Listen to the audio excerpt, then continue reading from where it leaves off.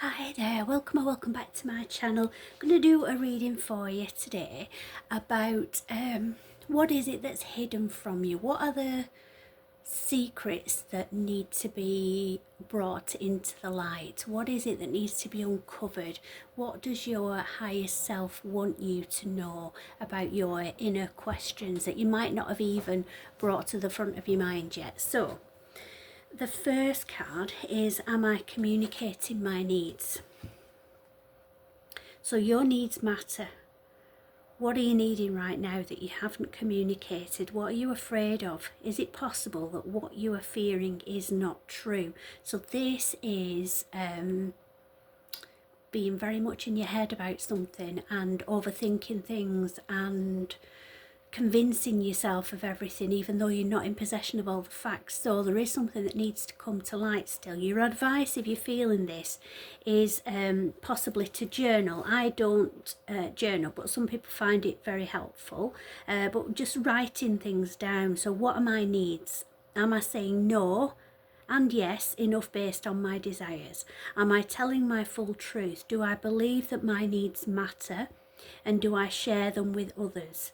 Do I ask for what I want? When communicating my needs, what am I resisting and with whom? What do I need in order to feel safe enough to express my needs? So if you do journal, you might just want to take a screenshot of that, and then you can use those to answer those questions to help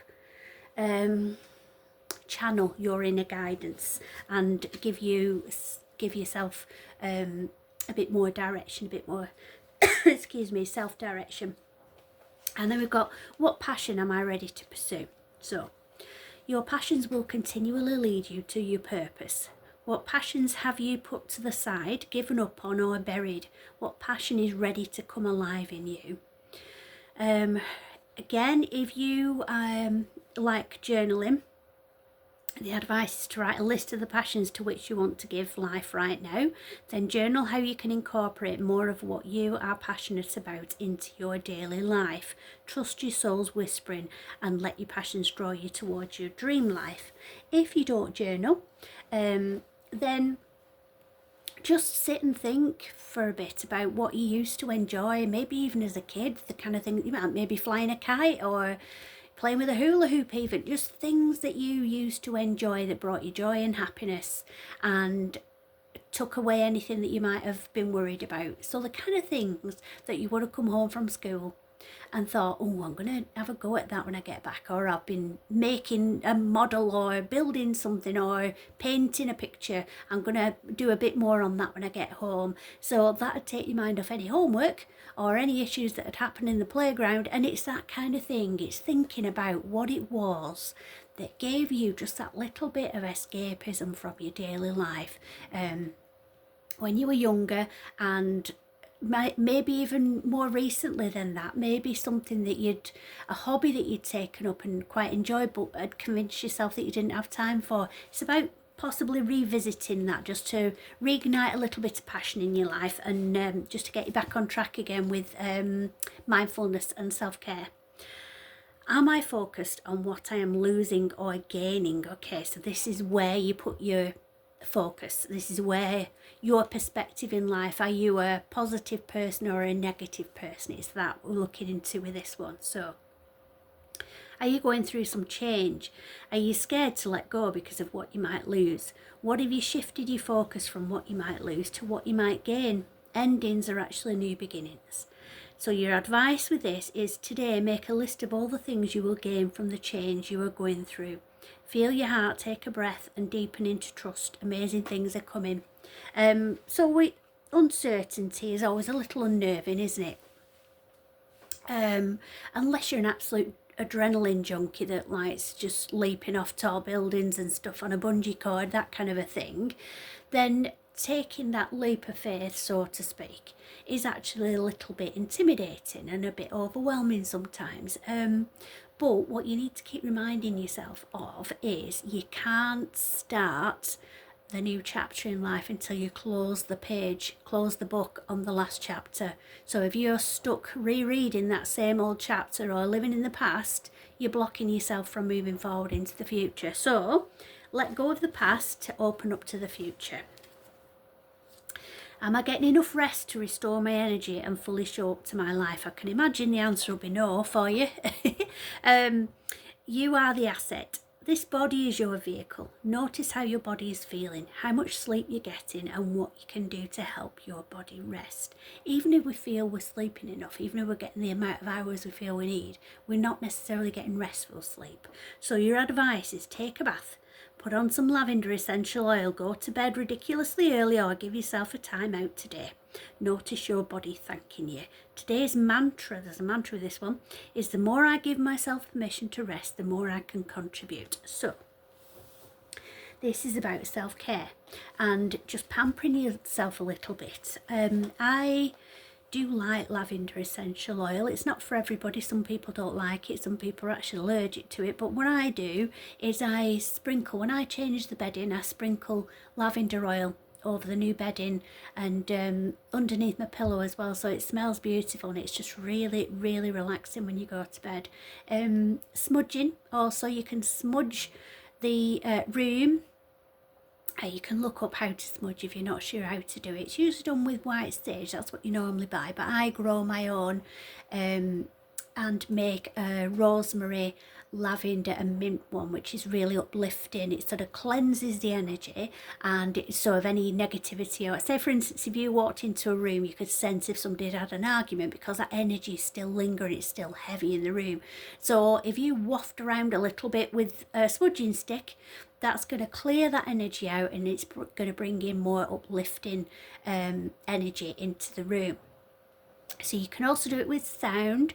I have what are called tincture bells, and it's just like little cymbals really, and you just ting them together, and that vibrational sound clears the energy. You can also go around, say if you were staying away in a hotel, and often hotels have heavy energy, don't they? If you just go around clapping, especially into the corners of the room, that will shift the energy and lift it up as well. If you are feeling like low vibrational energy, then pop on some music and just like, you know, dance about a little bit. That's going to lift your mood as well, lift your energy as well. So it's just about lifting your mood, lifting your energy. Get out into the fresh air if you can, even if it's only for 10 minutes, or even if it's just like stood at the back door with a coffee in the morning, something like that, just to get out and get some fresh air and just feel a little bit more grounded is going to help you have more of a restful sleep. And then what risk can I take today? So a lot of us, me included, are risk averse, aren't we? So maybe we don't want to take a risk. But the saying goes, the magic happens when we're outside of our comfort zone. So it's, although it feels very unnerving and unsettling, we sometimes have to do things that feel a little bit scary and uncomfortable to continue to grow. So be not mistaken, you will have to take bigger risks than you ever thought possible on this path towards your dreams. You will have to take the big scary leap, but do not fret because your soul has wings. And today's soul action is, what risk can you take to move towards your dreams? Make a decision and do it. No more thinking, only doing. Be brave and courageous and you will discover what you are really made of. So this is stepping out your comfort zone. You don't have to leap out of it. You don't have to like completely switch the person that you are and the character that you are. You can make gentle changes that are slowly shifting you in the right direction. So don't feel you have to just take a massive leap of faith immediately. Just stand up and be ready to be courageous and be braver, and then just take steps in that direction. And the last one we've got is, how can I be more kind to myself or offer more grace in this very moment? So self-care isn't just about doing things. It's not about necessarily just pampering ourselves. It's about speaking kindly to ourselves as well, and talking to ourselves like we would do someone else, like our best friend or one of our loved ones. So growing our self-love is medicine to this world's broken heart. When you heal, we heal. When you give yourself more grace, you are able to give the world more grace. And your soul action message is, look at yourself with a grace filter. You're meant to be in this moment of your life. Release the inner critic and fill in that hole with your soul's truth, that you are infinite, you are loved, and then you are already there. So if you find it difficult to talk kindly and positively to yourself and about yourself, maybe ask someone, a close friend or a loved one, how they perceive you, and their words of positivity, remember those and go back to those to remind yourself, because how you see yourself is a lot harsher than anyone else around you will see you. When we're growing up, our experiences throughout life, we tend to hold on to the negative experiences. It's a natural human thing to do because it's protecting us from ever being in a situation where we feel under threat again. So we hold on to the negative stuff, hold on to the bad experiences, and relive those often as well to remind ourselves that we don't ever want to feel like that again. What we have to try and do instead is focus on the positive stuff, because by doing that, we're lifting our vibration, we're lifting our energy up, and we're being our true highest selves. So I hope that helps you, and love and light to everybody. I'll speak to you soon.